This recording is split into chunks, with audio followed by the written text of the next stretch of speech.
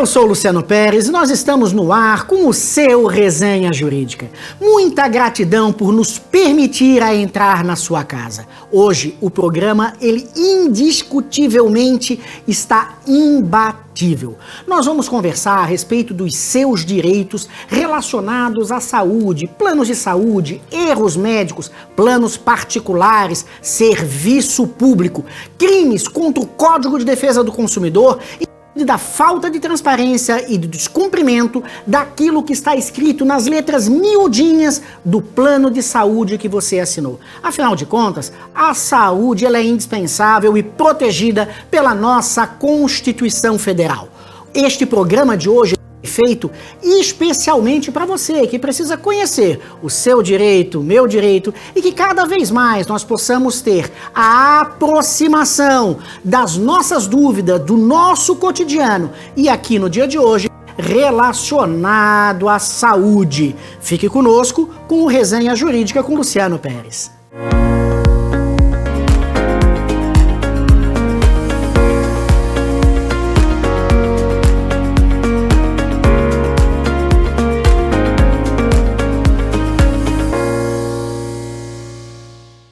Está com aquela dúvida a respeito dos seus direitos relacionados à saúde? Não sabe como atuar quando tem um erro médico?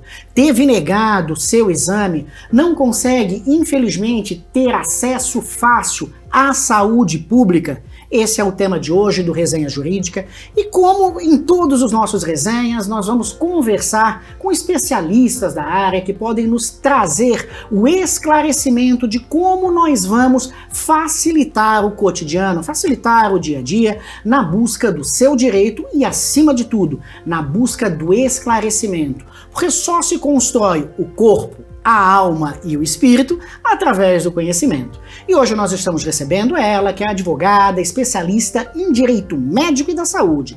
Ela atua exclusivamente na defesa de pacientes em casos de negativas e planos de saúde, cirurgias de urgência, tratamentos de alto custos e erros médicos. É uma profissional reconhecida pela sua atuação ágil, técnica, humanizada e em casos que exigem pressa e muita sensibilidade. Com uma trajetória de sucesso, ela nasceu da vivência real de um caso dentro da própria família, aonde transformou sua advocacia numa missão de vida. Seja bem-vinda, doutora Vanessa de Vicente. Obrigada, é um prazer estar aqui, agradeço o convite. Obrigada mesmo. Um tema tão importante que infelizmente, muitas pessoas realmente não têm acesso a todas essas informações. Na realidade, Vanessa, a grande mídia hoje, ela fala muito quando ocorre um problema sério, um problema midiático, e principalmente um problema com uma pessoa que é conhecida, com um influencer, com um artista, com um político. O grande fato é que nós sabemos que a grande base da população sofre muito com as dificuldades de saúde no Brasil. Se fala que o Brasil está alcançando um patamar de desenvolvimento, mas em contrapartida, quando nós vamos nos comparar com países desenvolvidos da Europa, nós temos muitas deficiências em 3 áreas especificamente, que é a saúde, que é o transporte e que é a segurança. O nosso tema de hoje é a respeito da saúde e eu gostaria que a doutora me dissesse se efetivamente isso é uma máxima ou isso é um mito. O Brasil vive uma deficiência na saúde? Vive. Eu não vou falar mal do SUS, porque a gente sabe que o SUS traz diversos tratamentos, muitas pessoas conseguem acesso a esse tratamento, mas eu acho que na mesma proporção as pessoas têm a mesma dificuldade. Então o SUS tem dinheiro, mas ainda assim ele não age da forma correta. Então não coloco como mito. Também não acredito que seja uma máxima. Temos muitos tratamentos bons que são fornecidos pelo SUS, mas ainda não da forma como deveria. Então muitas pessoas realmente têm muitas dificuldades para conseguir um tratamento, seja pela demora ou pela falta dele ainda. A Rede Vivax de televisão, como ela está na Antena KU, ela tem hoje como um público-alvo o Brasil inteiro. Nós pegamos também em vários locais da América Latina e nós temos, através dos nossos aplicativos, muitas pessoas que nos assistem pelo mundo. Nós vamos hoje estreitar a nossa relação a esse Brasilzão que ele é enorme. Nós vemos cada vez mais as prefeituras municipais fazendo a inauguração de UPAs, de postos de saúde próximos da sua comunidade. Esse é um reflexo positivo para poder aproximar a saúde da população ou ainda está muito deficitário se nós formos falar desses 4 cantos do Brasil? Ainda está muito deficitário. O número de pessoas que tem no Brasil ainda não se compara com essas pequenas, por mais que estejam ali, né, os políticos colocam ali essas UPAs reinaugurando, enfim, ainda assim é mínimo, perto da proporção das pessoas. Eu trouxe esse exemplo porque a maioria das famílias, quando sente qualquer problema na hora da saúde, ou uma dor de cabeça, ou uma dor nos olhos, ou uma dor nas mãos, e sempre que a gente sentir qualquer coisa no nosso corpo, a gente tem que imediatamente procurar um médico, nunca se automedicar, então ir a um posto de saúde, e eu acredito que é nessa ida que começam os problemas. Sim. Seja no lapso de demora do atendimento, com as inúmeras filas, mas vamos considerar que isso não aconteceu num caso concreto, mas aquele paciente ele precisa de transporte para uma unidade maior. E ele começa a precisar de atendimentos mais especializados. É obrigação do Estado conceder? Com toda certeza. O Estado, o SUS, ele tem a mesma obrigação, se nós formos comparar, com um plano de saúde. A saúde precisa ser fornecida ao cidadão e se é um caso urgente, seja lá o que ele precise, ele tem que conseguir. Ainda que seja completamente deficitário, realmente não são todos os tratamentos que são fornecidos assim facilmente, mas é obrigação do SUS. Então, se você tem uma doença, você tem que ter o seu tratamento ali fornecido pelo SUS. É obrigação. Doutora, imagina um pai e uma mãe levam um filho numa dessas unidades muito próximas da sua casa e o médico plantonista, o médico que atende, fala da necessidade ou de uma internação, ou de uma colocação numa UTI, ou de um tratamento muito específico com remédios que são muito caros. E aí dali já começam as primeiras negativas, porque o município não consegue oferecer, e aquele pai e aquela mãe estão desesperados, envolvidos naquela situação. Qual é a recomendação que se faz para que se tenha essa cautela e busque o passo a passo, a solução jurídica, para que, é claro, qual é o reflexo que ele quer? Tratamento do filho. Vamos lá, vou dividir.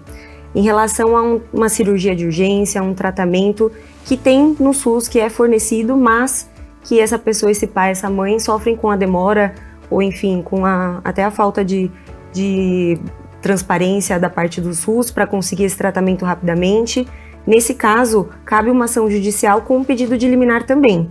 Então, esse pai, essa mãe, ele tem que ter ali uma prova de que a pessoa, que o filho, no caso, precisa de um tratamento, de uma cirurgia com um relatório médico, ou então, se o médico se nega a fazer esse relatório, talvez até uma gravação, pode gravar onde o médico diz que o seu filho tem um problema de saúde urgente, precisa de um tratamento, e aí buscar a ajuda de um advogado, seja um advogado da sua confiança particular ou da Defensoria Pública, para entrar com uma ação judicial, uma liminar, e conseguir esse tratamento o mais rápido possível. Então aqui eu estou falando de um tratamento que o SUS fornece. Agora, nessas questões de medicamento de alto custo, principalmente do ano passado para cá, nós estamos com mais dificuldade nisso. Então não é mais tão simples assim de conseguir. Nós precisamos de uma negativa do SUS, assim como nós precisamos do plano de saúde, o SUS também precisa fornecer essa negativa por escrito, para que essa pessoa, essa família, possa buscar, através do judiciário, esse medicamento. E aí precisa cumprir também uma série de requisitos, ou seja, acabou dificultando o acesso aos medicamentos de alto custo por conta de uma decisão do STF, que saiu em 2024, em outubro, se não me engano, de 2024. Então precisa cumprir ali, verificar. Por exemplo, precisa de um medicamento específico, mas tem outro medicamento, esse medicamento não tem no SUS, mas tem outro medicamento que faz a mesma coisa, que ajuda, um medicamento compatível ou não, precisa comprovar. Já tentou fazer tratamento com outros medicamentos parecidos e não funcionou? Então precisa comprovar uma série de requisitos para conseguir o acesso a esse medicamento de alto custo. Então é mais delicado, mas é possível e ainda assim continua sendo obrigação do SUS. Eu acredito que é muito importante quando a gente verifica uma doença em qualquer um de nós, em qualquer um dos nossos entes, a família sempre está preocupada em guardar os relatórios médicos, em guardar os exames, para que, num ato de uma necessidade de busca ao judiciário, ele já tenha provas pré-constituídas e facilite a vida de um advogado. Perfeito. Nós sabemos que, numa prática, para nós que somos operadores do direito, parece tudo muito fácil. Agora, quando a gente pega uma população numa comunidade um pouco mais carente, uma comunidade um pouco mais longínqua, e observou essa negativa, e muitas vezes até tem a boa vontade do médico plantonista ou do enfermeiro daquele local, quais seriam os passos, o passo a passo dessa família para que está correndo contra o tempo na busca da recuperação daquele que é o bem maior, que é a saúde, que é a vida? Acho que o principal é procurar orientação jurídica mesmo, porque só um advogado vai conseguir auxiliá-lo, ter em mãos todas essas documentações e procurar ajuda jurídica. Porque realmente uma reclamação no SUS, hoje em dia até pelos casos que chegam lá no escritório, não funciona, não adianta você tentar reclamar alguma coisa para tentar resolver. Tem que buscar o judiciário. Infelizmente, o único caminho para o SUS é buscar o judiciário. Doutora, nós sabemos que quando nós falamos de advogados, e nós somos advogados, muitos pensam que o advogado é algo muito caro. Existe esse serviço de forma gratuita nas OABs locais? Qual é o procedimento que a família ela deve adotar? Se isso acontecer numa madrugada e que às vezes tem que ser tudo muito rápido, porque fração de segundos é o reflexo da vida na solução de determinado problema, quais são as atitudes que devem ser adotadas? Por exemplo, eu acredito assim, quando acontece isso, como você disse, durante a madrugada, infelizmente você vai ter que procurar uma orientação jurídica de um advogado particular. A OAB, ela fornece ali uma orientação jurídica, mas não o advogado de fato. Tem a Defensoria Pública, que vai te auxiliar, mas durante a madrugada a Defensoria Pública não vai te ajudar. Então você vai precisar realmente da ajuda de um advogado particular para resolver. Então muitas vezes eu atendo ligações durante a madrugada, já começo a elaborar a inicial, a liminar, distribuo, já vou despachar na mesma hora. Então, realmente, nesses casos, você tem que procurar, infelizmente, a ajuda de um advogado particular. Agora, se você tem mais tempo, através da defensoria. Nós sabemos que toda omissão, que todo erro culposo ou doloso, e que toda negativa de entrega desse serviço público, que ele é indispensável, e aqui eu estou ainda dentro da questão do serviço público, ele tem uma série de reflexos, inclusive criminais. Sim. Como deve ser a postura do próprio profissional, agora eu estou falando do médico, para se mitigar a responsabilização em virtude dessa omissão do Estado, em virtude dessa dificuldade, muitas das vezes, do próprio sistema, e aí um paciente desse, que foi muito bem atendido pelo médico, mas em virtude da ineficiência do próprio sistema de saúde e em virtude disso, não se teve acesso àquilo que necessário era no lapso de tempo e o paciente veio a óbito. Olha, infelizmente o profissional nesse caso ele está bem vulnerável, o profissional médico, mas hoje no judiciário, o judiciário tem entendido que a responsabilização é sim do sistema de saúde, então não da conduta do médico. Para o médico ter responsabilidade disso, realmente precisa ser comprovado que a conduta dele foi inadequada.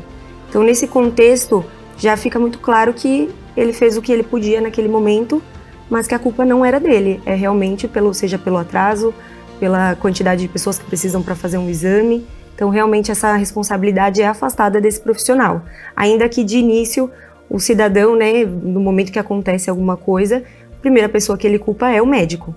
Mas o médico tem ali a sua responsabilidade que não se mistura na responsabilidade do sistema de saúde. E é muito importante o médico também fazer o ônus da prova de que ele prestou todo o atendimento necessário, sim, né? Sim, através do prontuário médico, das anotações, isso fica comprovado. Por isso é muito importante essa questão do médico anotar de fato, dar importância ali às informações do paciente no prontuário médico para que tudo seja comprovado.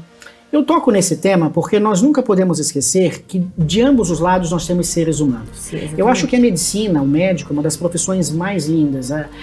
São anjos enviados por Deus, tanto os médicos quanto os enfermeiros, para que possam nos auxiliar. Sim. Mas nós não podemos esquecer que nós estamos ali com seres humanos que muitas das vezes têm sobrecarga de serviço, que também têm dor de cabeça, que também sentem as dores emocionais do corpo.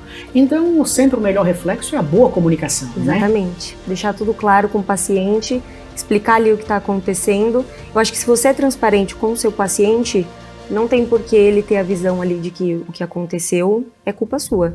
Então, ser claro com o paciente, explicar o que está acontecendo, inclusive o médico pode instruir o paciente ao que fazer. Então, acontece bastante do médico falar com o paciente, olha, infelizmente já não está mais sobre a minha responsabilidade, eu não tenho mais o que fazer, vai atrás de advogado. Procure um advogado para tentar resolver isso. Então, acho que esse é o caminho, realmente ser transparente com o seu paciente. As secretarias de saúde municipais, elas têm competência para agir em determinados momentos? Porque às vezes é muito mais próximo a chegar ao secretário municipal. Embora nós saibamos que a responsabilidade da saúde, muitas das vezes delegada através das secretarias, mas ela é constitucionalmente abrangida, né? Sim, ela tem. Mas nesses casos, por exemplo, de urgência, infelizmente elas não conseguem ajudar, não facilita nesses casos. E não existe verba pública dentro das secretarias para dar esse auxílio àquilo que realmente se demonstra indispensável ao exercício da vida? Porque, na realidade, é o cuidado com a vida. Um segundo faz a diferença. Tem verba pública, mas não é utilizada como deveria, né? Não existe essa utilização e essa destinação.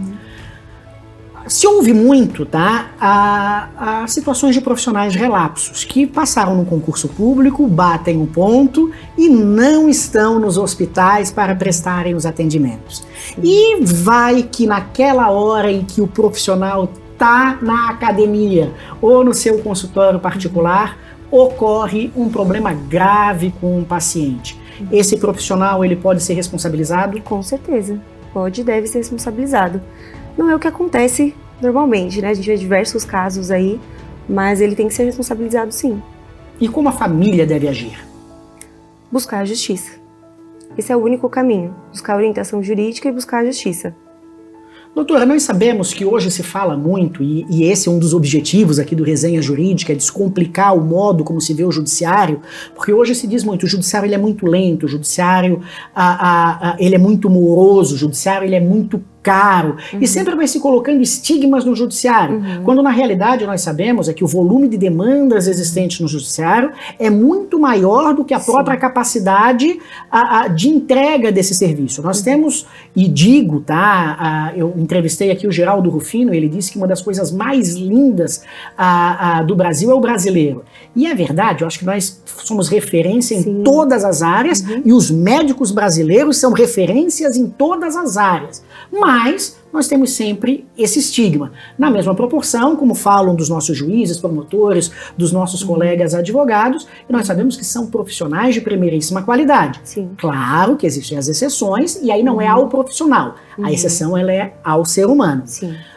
Muito se vê hoje a questão do xingamento. Então vamos lá, tô naquela atitude de desespero, tô vendo ali o meu ente com dificuldades, o profissional, seja do atendimento da portaria do hospital, seja do segurança, seja do médico, seja do enfermeiro, tá ali tentando dar o auxílio e a família perde a cabeça. Perde a cabeça. Qual é a orientação que a doutora daria? Olha, por mais que seja difícil, tentar manter a calma para não sair, você não perder a sua razão. Mas também eu super entendo quando isso acontece. Então, recentemente, inclusive, chegou um caso lá no nosso escritório em que teve uma questão de um bebê que acabou falecendo e o pai e a mãe ficaram completamente transtornados dentro do hospital. Então, nós temos que olhar com um olhar humano. Então, temos que entender a situação que aquela família está passando.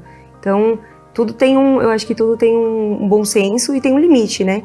Você tem que não ultrapassar esse limite, não ferir outra pessoa, mas eu acho que é super plausível e nós temos que entender quando essa família fica desesperada e acaba agindo aí sem pensar. Portanto, que não fira ninguém, que não cometa nenhum crime. Então, eu acho que tem que olhar com um olhar mais humano mesmo. Doutora, muito se fala a respeito de um enriquecimento ilícito no que se refere a tentativas de indenizações. Um hospital e um profissional, para se preservar muitas das vezes, porque a família está com dor, então ela sempre vai querer achar um culpado. A verdade é uma só, ninguém morre de véspera. Todos nós sabemos disso. Agora, o cuidado ele é essencial, a gente tem que ser muito bem tratado. Como que o hospital ele tem que se realizar, o próprio profissional, o próprio SUS, para se preservar dessas circunstâncias, porque tudo é dito, é erro médico. É a mesma Sim, coisa do advogado, é erro do advogado. Sim, exatamente. Olha, os hospitais hoje, a grande maioria, seguem alguns protocolos. Então, esse é o caminho, seguir protocolos para tudo, para todo atendimento. Isso vai evitar que aconteça um erro e que, se acontecer, já vai ser facilmente identificado. Então, a grande maioria dos hospitais hoje em dia tem esse protocolo e seguem. Mas é aí que está o problema. Se não tiver uma conduta correta, não seguir um protocolo correto, então o hospital está ali à mercê realmente de cometer um erro.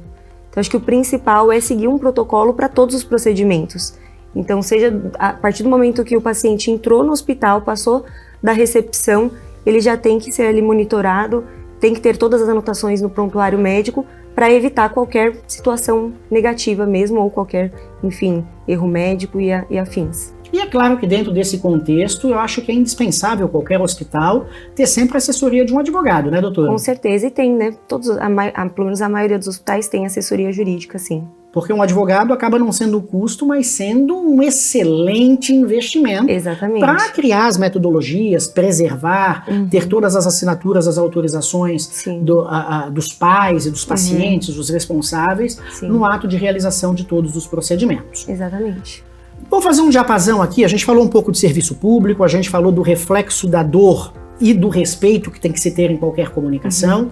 E vamos agora para um problema quanto mais, e eu acho que esse é um problema seríssimo a nível de país, quando nós falamos de planos de saúde. Sim. Os planos de saúde, eles são ótimos enquanto se paga e eles são péssimos no ato de um oferecimento de serviço. Eu gostaria que a doutora disciplinasse quais são as obrigações do plano de saúde e aí depois, em contrapartida, as obrigações daquele próprio segurado, daquele próprio beneficiário, daquele respectivo plano. Vamos lá. Os planos de saúde, hoje em dia, negam a grande maioria dos tratamentos. Então, seja por um tratamento que não conste no rol da ANS. Então, em tese, essa negativa ela seria legal porque não consta o tratamento no rol do ANS, ou então no contrato do beneficiário com o plano de saúde, não consta ali a obrigação do plano de cobrir esse tratamento. Mas não é assim que funciona. Se você tem uma indicação médica para um tratamento, se a sua vida depende disso, não importa o que está no contrato e também não importa ali o que consta no rol do ANS. As pessoas confundem o rol do ANS colocando como se ele fosse taxativo. E, na verdade, ele é exemplificativo. Então, ele tem exemplos ali de tratamentos, de doenças, que os planos de saúde são obrigados a custear, mas não é só o que está dentro do rol. Então, os planos de saúde tendem a negar sobre essas alegações, de que não consta no rol ou então não está no meu contrato, mas se é um tratamento que o beneficiário precisa, que a vida dele depende disso, o plano de saúde é obrigado a cobrir, e é assim que o judiciário tem entendido. Doutora, muito importante agora, a doutora falou de uma fala chamada contrato, tá? Nós sabemos que hoje, tanto na questão dos seguros, quanto nas questões bancárias e nos planos de saúde é igual, todos os contratos são de adesão. Então, para exemplificar o nosso telespectador, um contrato de adesão é aquele contrato que já vem pronto. As cláusulas, elas são unilateralmente, elas são feitas por uma das partes, sem uma condição de discussão da outra. A outra adere àquelas cláusulas se quiser fazer parte desse plano. Ou parte de determinada contratação financeira e assim subsequentemente. O grande fato é que muitas das vezes, quando nós não queremos assinar ou a parte ela questiona, simplesmente o plano de saúde ele diz, então tu não me serves como cliente, essas são as minhas respectivas regras. E aí é um contrato de adesão. Tu aderes a esse contrato e é simples assim. Estando esse contrato de adesão pré-formulado, tá?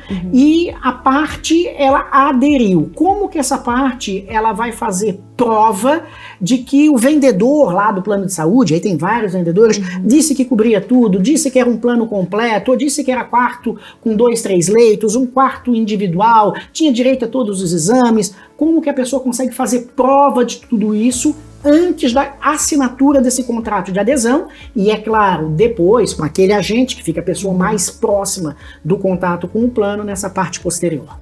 Olha, isso acontece muito, então existem até algumas ações judiciais que são em relação à fraude do próprio corretor de seguros, que ele vende ali uma coisa que não está no contrato.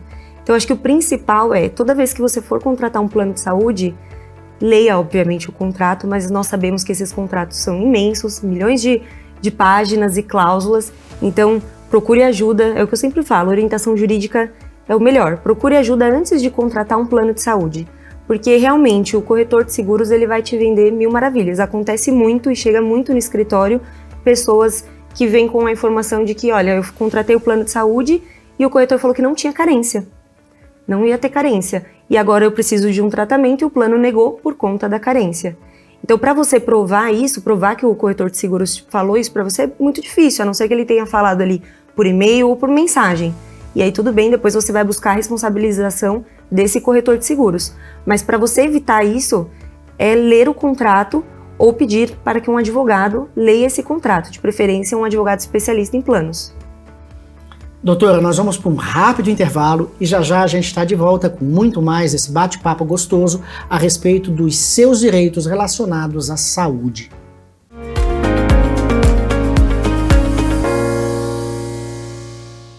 Gratidão pela sua companhia, gratidão por autorizar que a gente entre na sua casa. Nós estamos de volta com Resenha Jurídica com Luciano Pérez, estamos recebendo a doutora Vanessa, falando a respeito dos direitos que envolvem a saúde.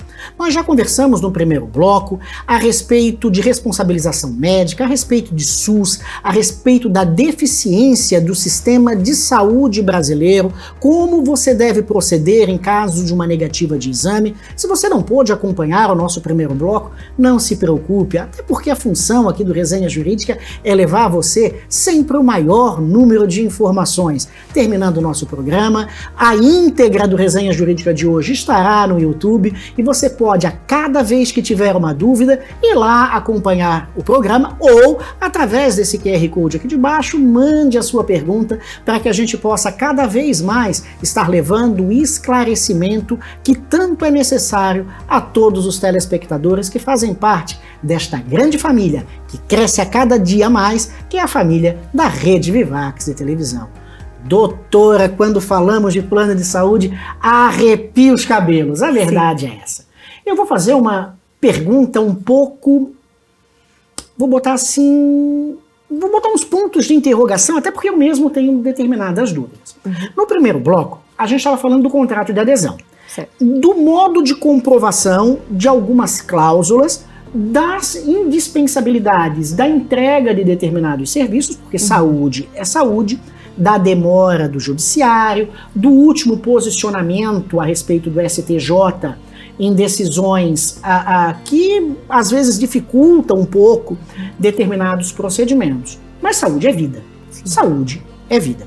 Eu tenho um plano de saúde, na minha interpretação, na interpretação daquele beneficiário, determinado exame, ele está abrangido, porque aquilo que se fala é saúde, não está no rol das orientações da ANS, mas está abrangido.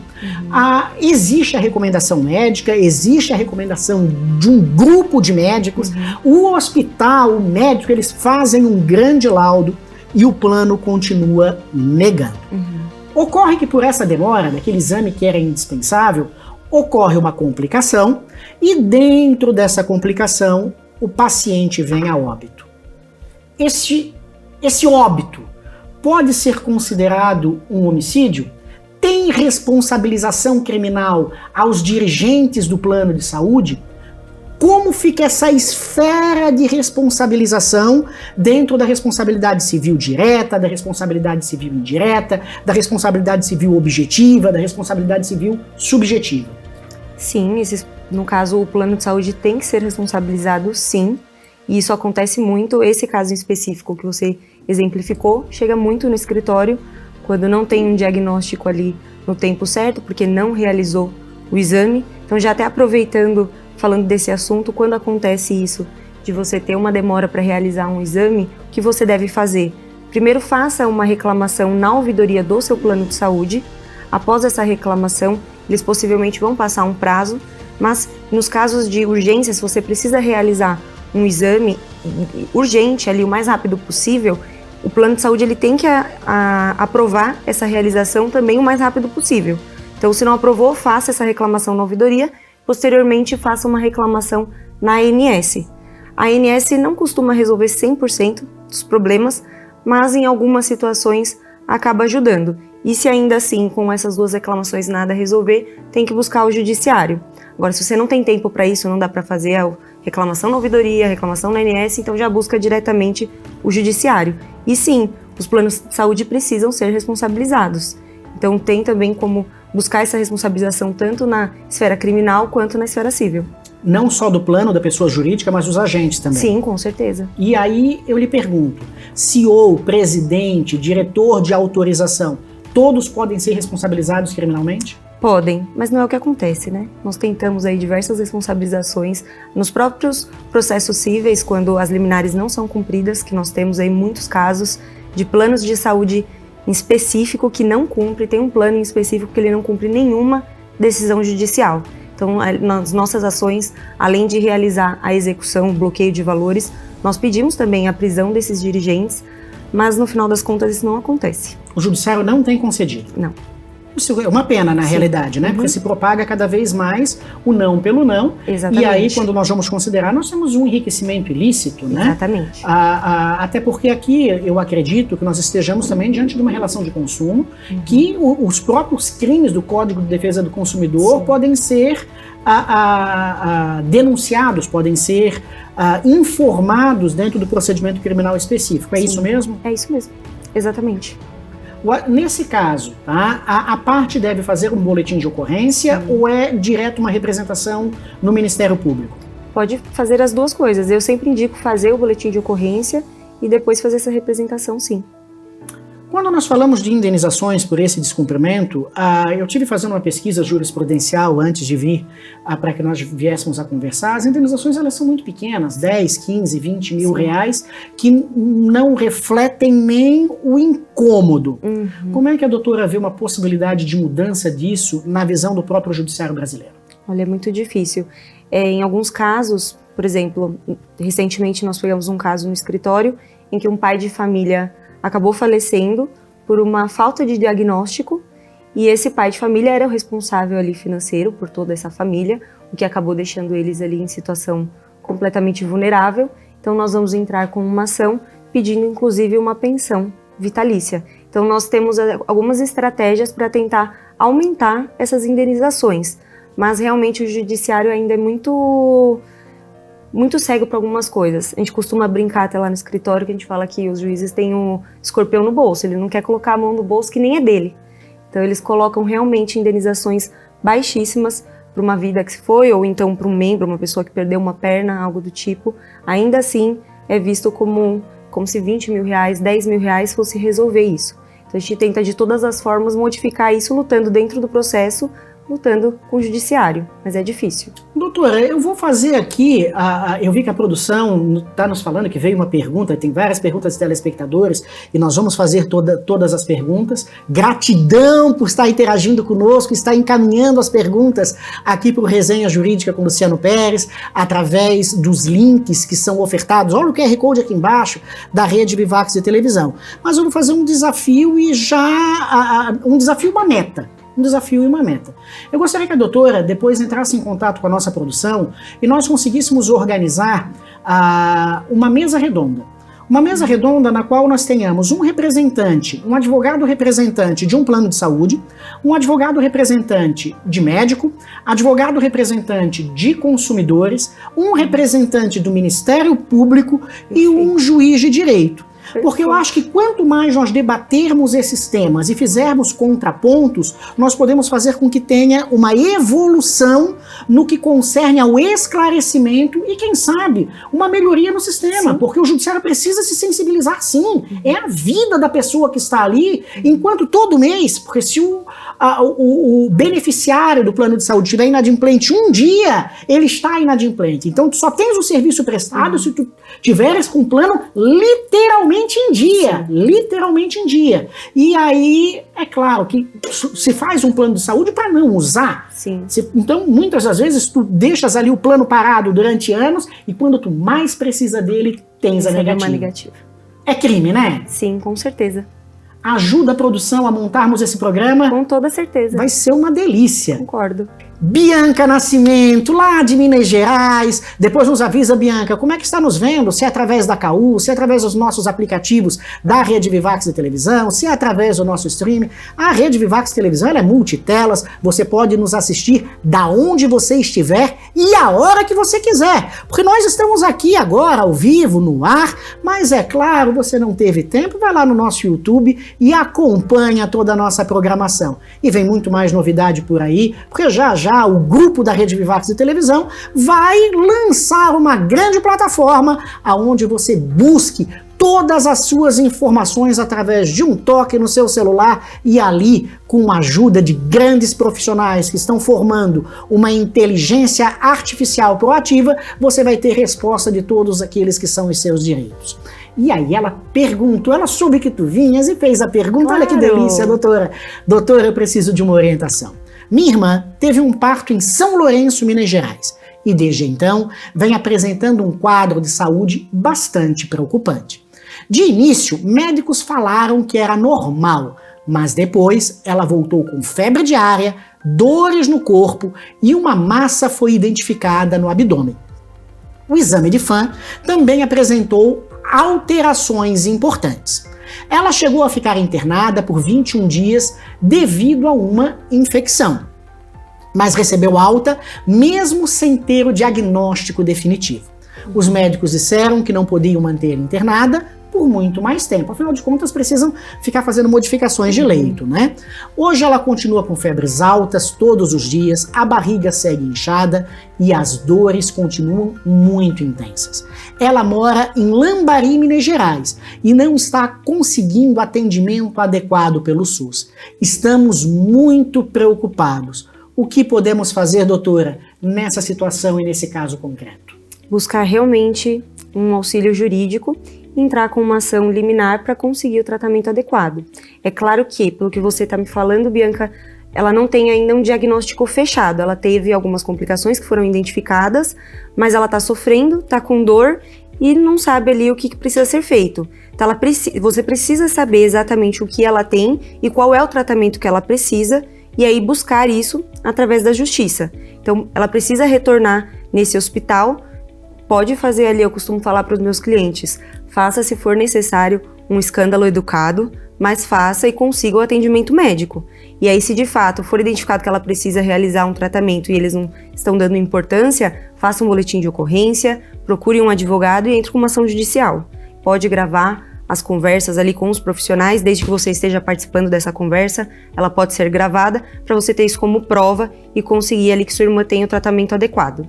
Doutora, aqui na particularidade do caso, ela comentou que após a internação, em virtude de uma questão ainda de não ter um diagnóstico, o hospital mandou essa criança para casa. Aqui nós temos uma situação bastante séria, sim, porque se a criança continua com febre, que é um diagnóstico que demonstra uma infecção, já demonstra um problema, o próprio inchaço, ele é um reflexo de que o nosso corpo ele está em movimento, demonstrando um problema que pode não ser grave, mas também que pode ser grave, não cabe a intervenção do Ministério Público num caso como esse, menor, saúde, indispensabilidade? Sim, cabe também a intervenção do Ministério Público, ainda mais nesse caso. Se ela teve uma alta sem poder ter a alta, nós identificamos já o suposto erro médico, né, que nós costumamos falar. Então, sim, cabe a intervenção nesses casos. Gostaria que a produção me passasse de novo o local em que ela é, pelo que eu percebi, é um local de interior e a orientação também é procurar o advogado, e se a família não tiver condições, procurar a benfeitaria dativa ou os próprios advogados públicos, né? Sim, exatamente. Quando a gente começa a olhar, a respeito da questão do hospital e dessa ausência de atendimento no SUS, pelo que dá de se entender do caso em concreto, a família não deve ter um plano de saúde. Sim. E provavelmente o próprio atendimento médico deve estar sendo realizado pelo Sistema Único de Saúde. Sim. O médico não tem que ficar preocupado caso essa criança tenha uma piora, venha a óbito, porque ele pode ser responsabilizado criminalmente por isso, né? Sim, pelo que nós identificamos aqui, foi uma conduta inadequada do próprio profissional de saúde. Então, sim. Ele tem que ser responsabilizado, se for realmente comprovado isso, ele tem que se preocupar, com toda certeza. O WhatsApp facilitou muito a vida de todo mundo. E hoje a maioria de nós, em todas as circunstâncias, conversamos por WhatsApp.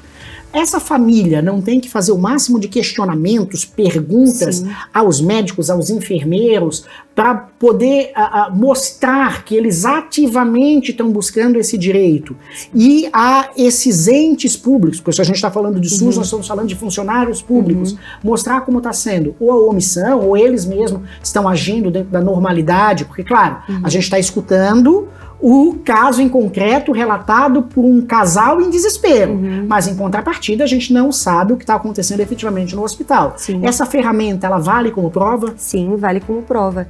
Em alguns casos, nós precisamos colocar ali essas conversas de WhatsApp, fazer uma certificação para deixá-las válidas, mas mesmo assim vale. Então, que você conversar, seja com profissionais de saúde ou até com a sua família, eu costumo usar muitas provas quando você relata ali o que está acontecendo para comprovar que de fato houve algum tipo de negligência, numa conversa com o seu familiar, informando o que está acontecendo com a pessoa que está internada nesse caso.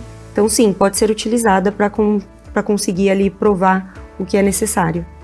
Produção, eu estou tentando procurar aqui na ficha e aí a minha tenra idade, ela faz com que fique tudo fosco aqui aos meus olhos. Mas como é que é o nome da telespectadora? Que é Bianca. Que nos mandou a pergunta. Bianca, eu vou pedir para a doutora Vanessa deixar o arroba dela do Instagram, que caso a senhora tenha qualquer dúvida, contate a doutora Vanessa pelo Instagram, que eu tenho certeza absoluta que ela de bom grado, até porque é nossa função como advogado, sim, ajudar, orientar, estar sempre do lado daqueles que precisam. Doutora Vanessa, deixa o seu arroba do Instagram para que a Bianca e todos os telespectadores que precisarem de um questionamento, de uma informação, possam falar com a doutora Bianca. Fiquem à vontade, pode mandar lá que eu sempre respondo ali no direct, eu sempre recebo algumas dúvidas, não me importo de responder, é o arroba doutora Vanessa Martins.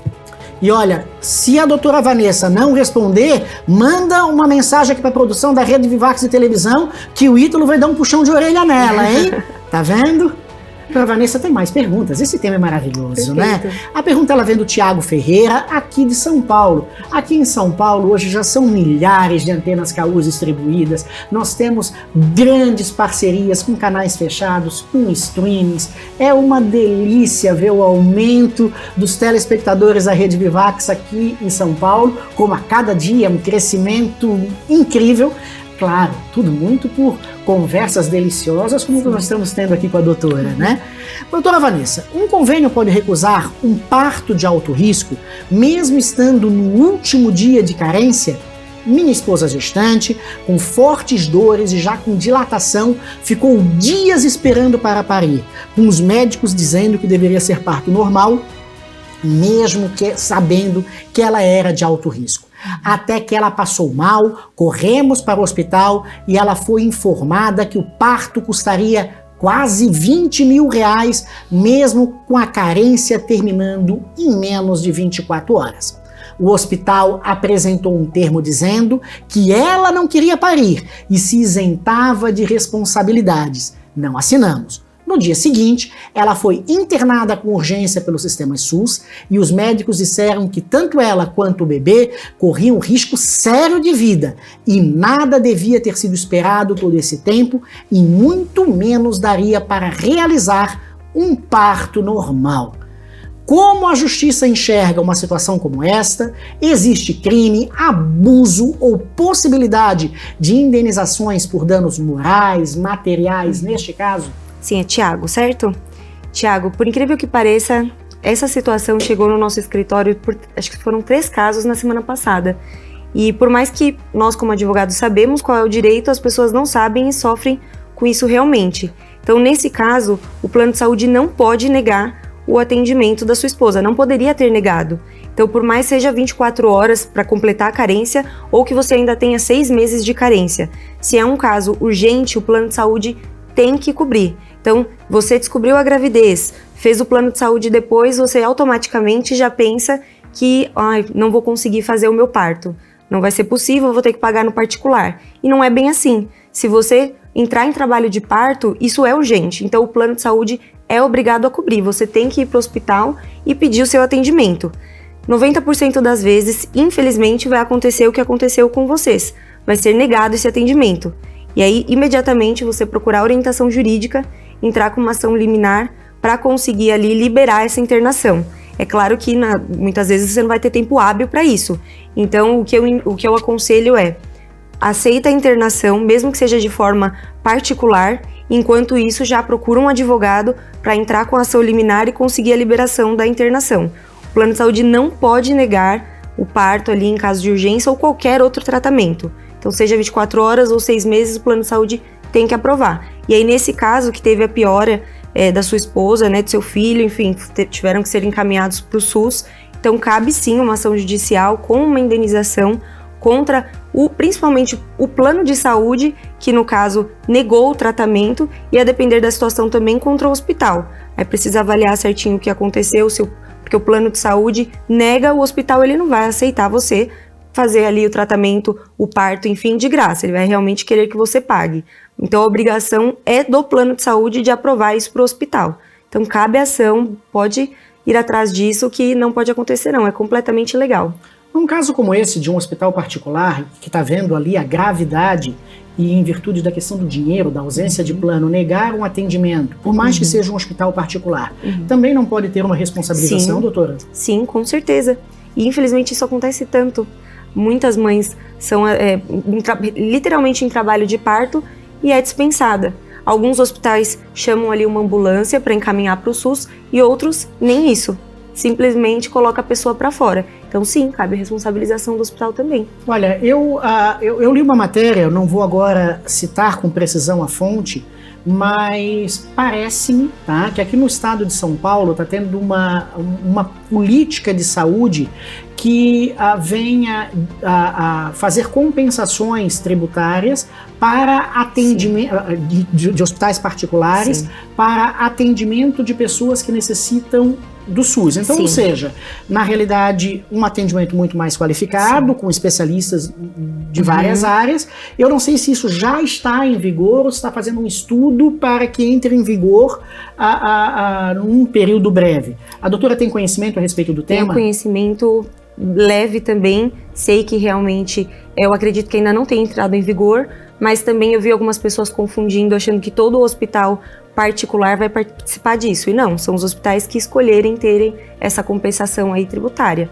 Então tem que verificar se aquele hospital participa disso, mas principalmente se quando isso entrar em vigor. Pelo que eu sei, ainda não entrou, mas vai começar sim. Mas olha que delícia, né? Muitas das vezes a gente acha e acredita que os nossos governantes também são omissos, e aqui independente de partidos políticos, mas eles tomam atitudes que precisam da discussão, seja da Assembleia Legislativa, seja do Congresso Nacional, seja da Câmara de Vereadores, e a tramitação, como tudo aquilo que ocorre nos nossos órgãos públicos, ela enfrenta uma determinada burocracia, mas o importante é a atitude positiva, né? Sim, sim.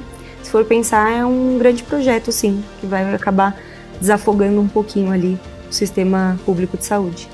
Numa situação como essa, eu também aconselharia, caso a família tenha condições financeiras e faz o parto particular, pega a nota fiscal e entra com pedido de ressarcimento. Com certeza, se você tiver a condição, aceita no particular, faz o pagamento e depois pede o ressarcimento junto com uma indenização. E aí é aquilo que nós conversávamos há pouco. Sim. As indenizações, elas são muito baixas ainda, né? Não consigo colocar um valor exato, mas geralmente nesses casos fica ali entre 10, 20 mil reais, mais ou menos nisso. Doutora, em países mais desenvolvidos, para não fazer esse contraponto, que é sempre a discussão judicial de um enriquecimento desproporcional quando se fala a questão de indenização, só que só quem sente a dor sabe o quanto aquilo é dolorido. Muitas das vezes o dinheiro não é um reflexo ao sentimento de dor, sim, mas muito mais o sentimento de que algo juridicamente foi adotado para que a justiça seja feita. No Brasil existe alguma coisa que se estude nessa área da saúde, das multas elas irem aumentando gradativamente e elas se converterem para o próprio benefício do SUS dentro de alguma conta única. Então vamos lá, um plano de saúde toma uma multa de 10 mil, não cumpre, vai aumentando e vai chegar a milhões, porque eles não cumprem, e aí essa multa ser depositada numa conta única para se gerar benefícios para aquela própria região? Olha, seria ótimo, eu desconheço, se isso existe eu não conheço, e acredito que não tenha algo nesse sentido, mas seria excelente se fosse assim. Nós deveríamos marcar já um outro programa para conversar com os nossos políticos eleitos para podermos fazer um projeto relacionado a esse tema, né? Gostei. Sim. Tem muita coisa a debater, né? Sim. Gente, o advogado ele é indispensável ao serviço da justiça. É uma delícia quando a gente consegue esclarecer todas as suas dúvidas. Doutora, vieram muito mais perguntas, mas o nosso programa ele está chegando naquele tempo específico que a televisão nos permite. Ok. Não esquece que a doutora tá com 2 combinados comigo, hein? Perfeito. Responder a nossa telespectadora e também organizar a nossa mesa redonda. Com toda certeza, conte comigo. Deixa o seu @, novamente, o seu contato se quiser. Coloquem aqui o contato da doutora para que todos consigam acompanhar. E, é claro, acompanhe sempre a Rede Vivax de televisão, através dos nossos aplicativos particulares e todos os streams, nos mais de 170 canais e parceiros ao qual você pode alcançar o nosso sinal. E, a partir daí, conte para o seu amigo que você tem uma resenha jurídica com profissionais que são recebidos aqui no programa esclarecendo os seus direitos. Mande as suas dúvidas. Nos informe também de onde está nos assistindo, porque tanto eu quanto a doutora Vanessa vamos ter muita satisfação de que você nos assiste de qualquer lugar desse Brasilzão ou de qualquer lugar deste mundo aonde o sinal da Rede Vivax de televisão está disponível para você de forma gratuita. Doutora Vanessa, deixa a sua mensagem relacionada a esse tema a todos os nossos telespectadores e muita gratidão por essa nossa conversa. Muito obrigada pela oportunidade, adorei. Como o Luciano disse, pode me mandar uma mensagem, se tiver alguma dúvida, eu auxilio de verdade. E não aceite a negativa, seja do plano de saúde ou do SUS, não aceite ficar sem o seu tratamento médico por conta dessa decisão que coloca em risco a sua vida, a sua saúde. Saúde é inegociável, então busque ajuda para resolver essa situação. Nunca esqueça de fazer sempre os seus exames preventivos, nunca esqueça de que por mais que o dia esteja muito corrido, a saúde em primeiro lugar. Não se automedique, afinal de contas, quando nós começamos a colocar veneno, remédios que não são necessários ao nosso corpo, nós vamos desencadear outros problemas de saúde. Então se previna, procure um médico e, é claro, a partir do momento que teve o seu direito violado, procure um advogado próximo a você, procure a Ordem dos Advogados do Brasil e sempre faça valer o seu direito. Afinal de contas, nós vivemos, doutora, num Estado democrático de direito. Gratidão pela sua companhia, muito obrigado por estar conosco aqui no Resenha Jurídica com Luciano Pérez e fique conosco com toda a programação da Rede Vivax de televisão, que é feita com muito carinho pela família da Rede Vivax. Gratidão, doutora Vanessa. Obrigada.